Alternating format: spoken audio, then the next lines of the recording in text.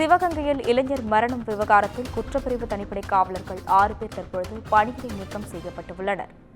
மேலும் பொதுமக்கள் அந்த பகுதியில் தற்பொழுது போராட்டத்தில் ஈடுபட்டு வருகின்றனர்.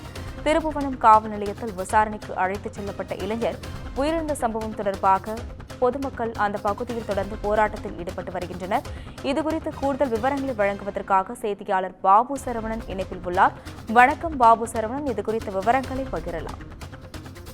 வணக்கம் அஸ்வினி.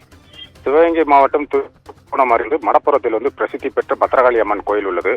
இந்த கோயில் தனியார் நிறுவனத்தைச் சேர்ந்த காவலராக அஜித்குமார் என்பவர் பணிபுரிந்து வருகிறார். தற்காலிக காவலராக பணிபுரிந்து வருகிறார்.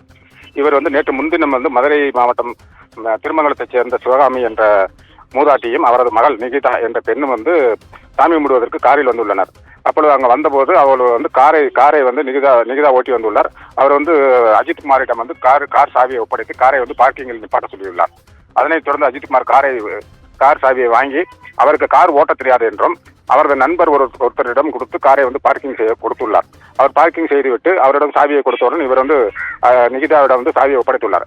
அவர்கள் சாமி தரிசனம் செய்துவிட்டு திரும்பி பார்க்கும்பொழுது காரில் இருந்த 10 சவரன் தங்க நகை காணவில்லை என்று திருப்புவனம் காவல் நிலையத்தில் நிகிதா புகார் அளித்தார். அந்த புகாரை திறந்து அஜித்குமாரை திருப்புவனம் குற்றப்பிரிவு காவல்துறையினர் அங்கு கோயில் அருகே உள்ள செயல் அலுவலகத்துக்கு பின்புறம் வைத்து பிளாஸ்டிக் பைப்பு மற்றும் மிளகாப்பொடியை தூவி தாக்கியதாக தெரிய வருகிறது. அதனைத் தொடர்ந்து அந்த 6 பேரும் தற்போது சிவகங்கை மாவட்ட காவல் கண்காணிப்பாளர் சஸ்பெண்ட் செய்துள்ளார்.